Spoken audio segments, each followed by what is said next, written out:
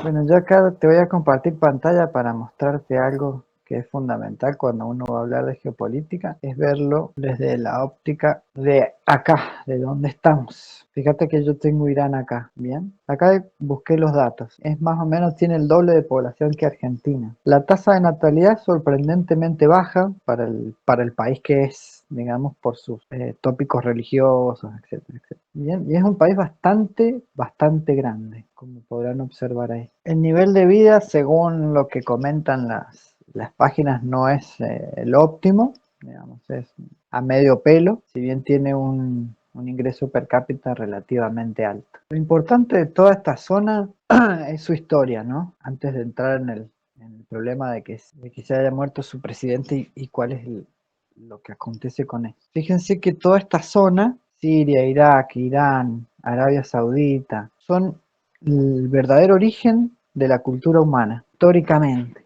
Viste que nosotros siempre o nos han hecho creer o hemos querido creer o por cuestión de idioma que vos tenés, no sé, los grandes filósofos, Platón, Sócrates, que crearon de alguna forma la conciencia cultural de lo que es Occidente, en realidad al parecer hubieran estado inspirados, digamos, entre comillas, si no fueron escritores tipo Mili, digamos, sino que fueron inspirados por lo que se producía culturalmente en esta parte del mundo, que tiene una historia bastante más antigua, digamos. Así que bueno, eso es muy importante para tener en cuenta, porque siempre si vos lo ves desde la propaganda occidental, Netflix, o todo tipo de plataformas, son un montón de gente de rasgos raros, con un idioma y una forma de ser agresiva, totalmente desorganizados, con tendencia a ser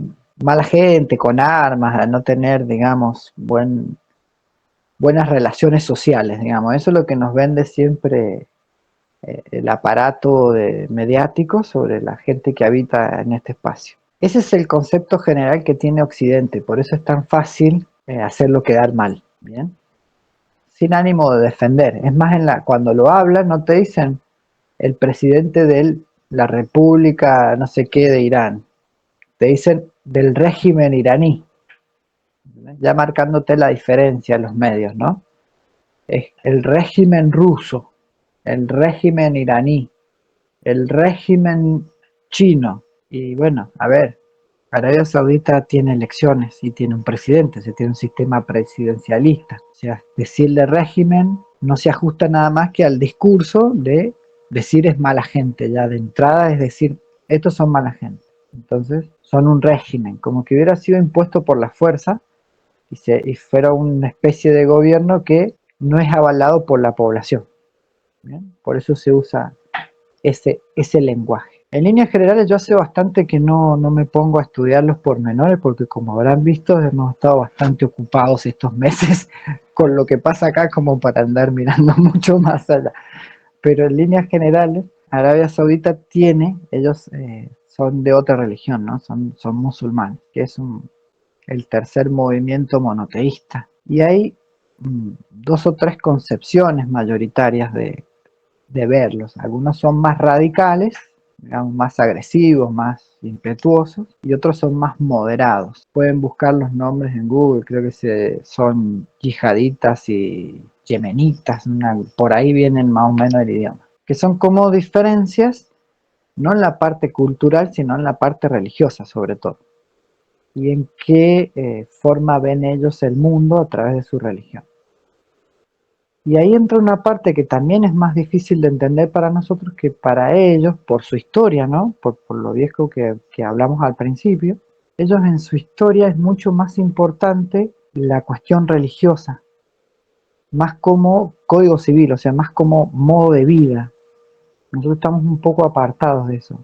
No sé si han tenido la oportunidad de leer la Biblia, sobre todo el Antiguo Testamento. Fíjense que gran parte es un código civil. Con el Talmud de los judíos pasa lo mismo. Y ellos tienen sus libros y también, digamos, como que marcan mucho su devenir de la vida. Está muy marcado por lo religioso. Y para nosotros es un poco fuera de lo común.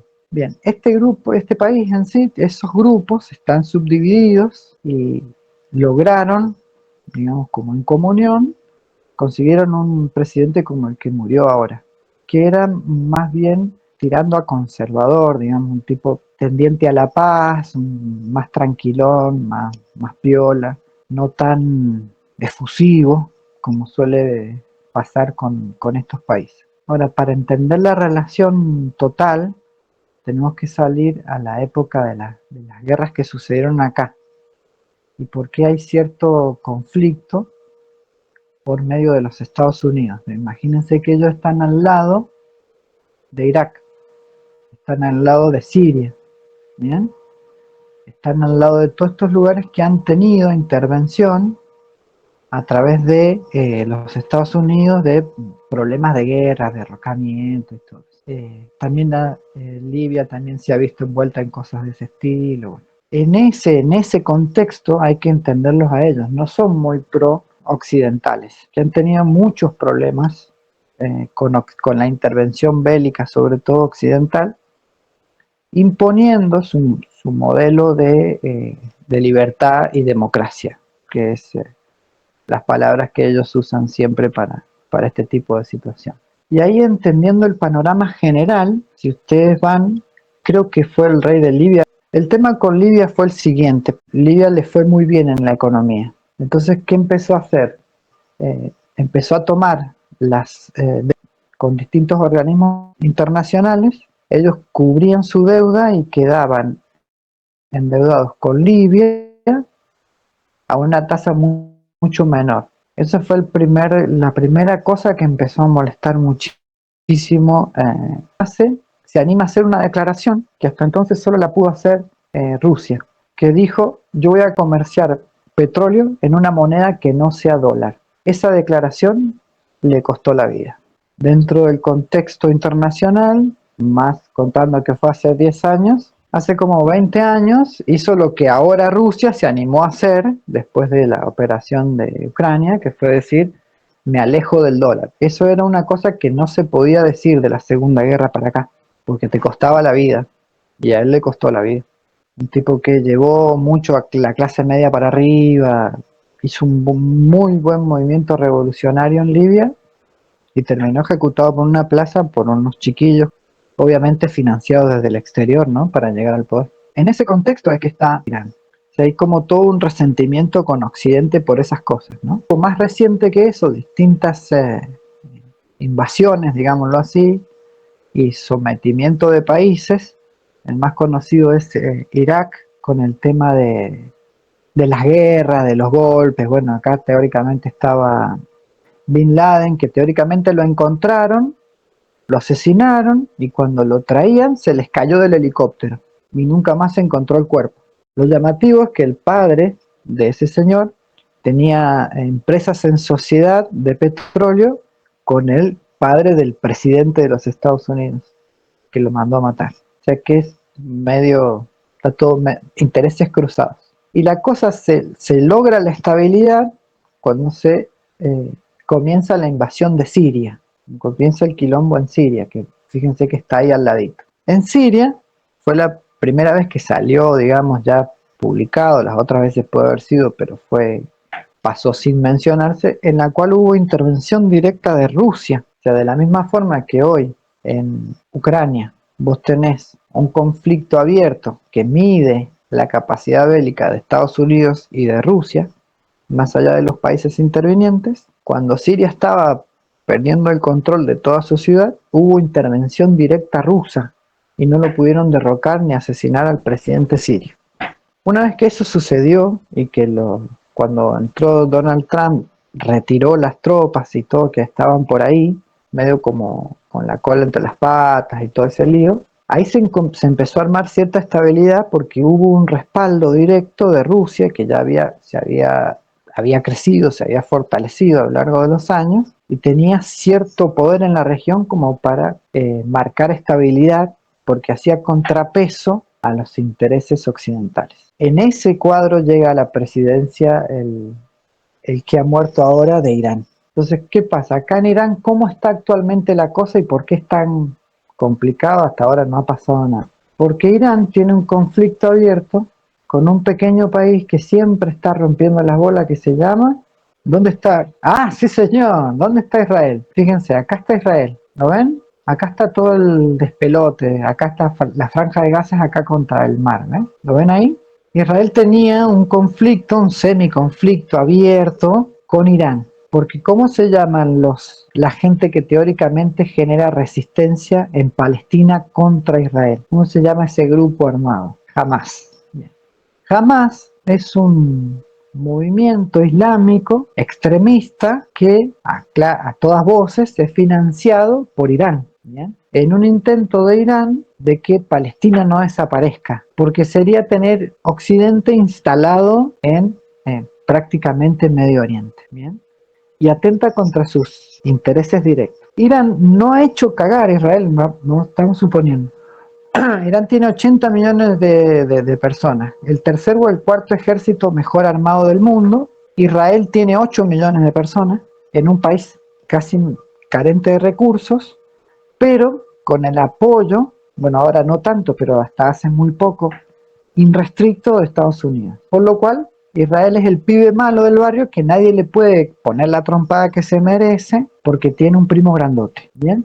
En esa lógica está. En ese conflicto, ¿qué pasa? Israel bombardea acá en Siria una embajada iraní en Siria, y ahí es cuando Irán le larga esos globitos de colores y hay un supuesto ataque ahí a Israel que no pasó nada, estuvo totalmente coordinado, premeditado y convenido entre Rusia y Estados Unidos, como apoyo de ambos, digamos. La mesa de negociación hizo que fuera una especie de ojo que estoy, le largó toda la porquería vieja, obsoleta, Israel con la cúpula de hierro que le brinda a Estados Unidos, que necesita geoubicación de los portaaviones americanos, y etcétera, etcétera, le bajó todos los globitos de colores y no pasó nada, digamos, no pasó a mayores el conflicto. Israel no volvió a atacar, bueno, todas esas cositas que hace poquito fueron también parte de la realidad, ¿no? Ahora, si Irán cambia de forma de pensar, porque la muerte de este presidente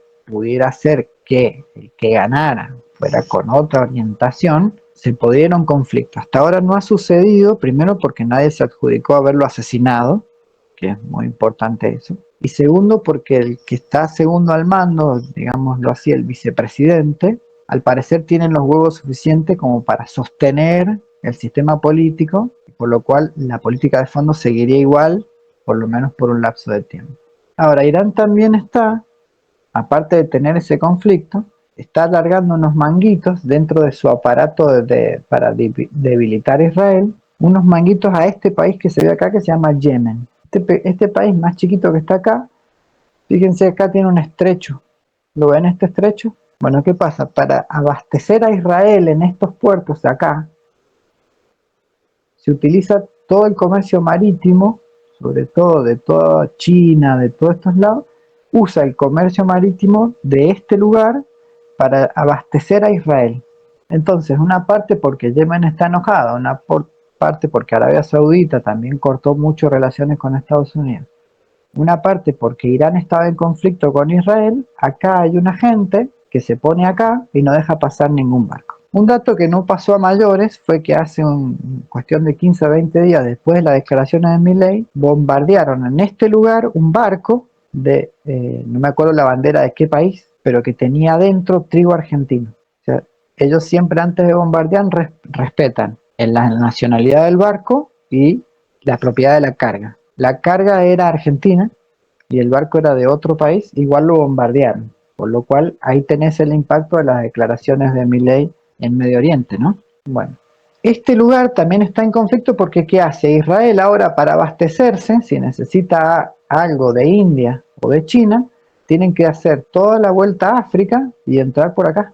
Esos son 20 días más de navegación y el doble de costo de transporte, por lo cual ha logrado un gran debilitamiento económico de Israel. Cuestión que puede suceder porque este año es electivo en Estados Unidos, la gente no está tan pro-israelí como ha estado siempre, y los que llevan más el pro-israelismo están con Trump, por lo cual Biden ha tratado de minimizar el conflicto que tiene Israel con Gaza y con la muerte de inocentes y todas estas cosas que están ahí en el tablero geopolítico, y le ha pedido cesar, o sea, bajar el nivel de intensidad y atrás también le ha reducido el apoyo armamentístico militar a Israel. Ese es parte del conflicto de las elecciones de Estados Unidos, ¿no? Cómo impactan en todo el mundo. Eso es más o menos para que se entienda dónde está Irán y cuál es su conflicto. Obviamente acá el gran problema, vieron que hablamos a lo primero que ellos seguían mucho por su código civil religioso.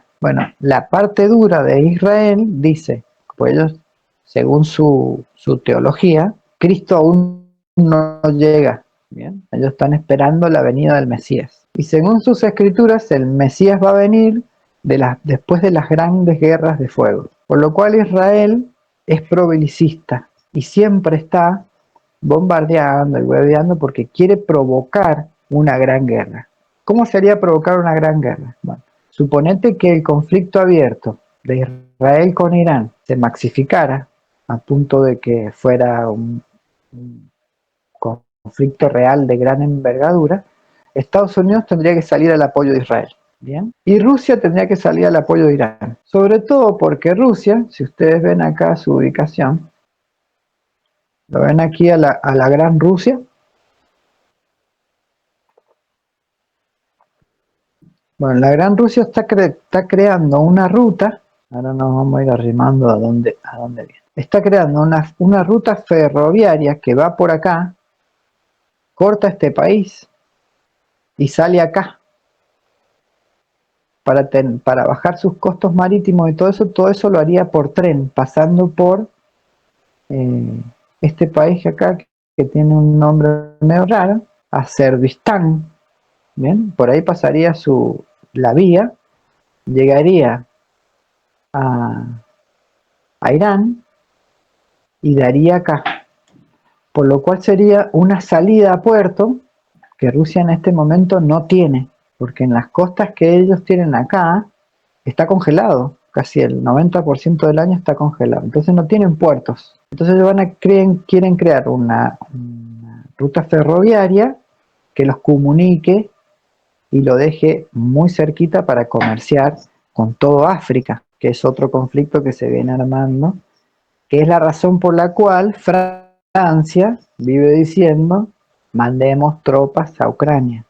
Recuerden que África está en gran parte colonizada por Francia en su cuestión de imperialista, ¿no? Por lo cual las liberaciones de los pueblos africanos por parte de Rusia ha sido un conflicto que lo han pagado caro han sido los franceses y por eso necesitan de todas las formas posibles debilitar a Rusia.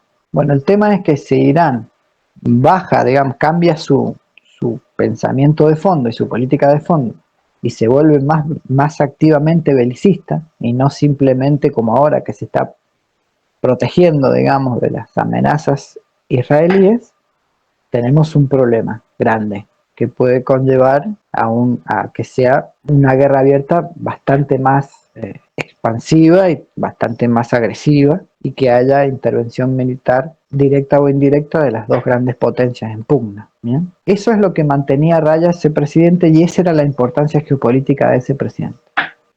Yo creo que ahí lo cerramos para no aburrir con el tema.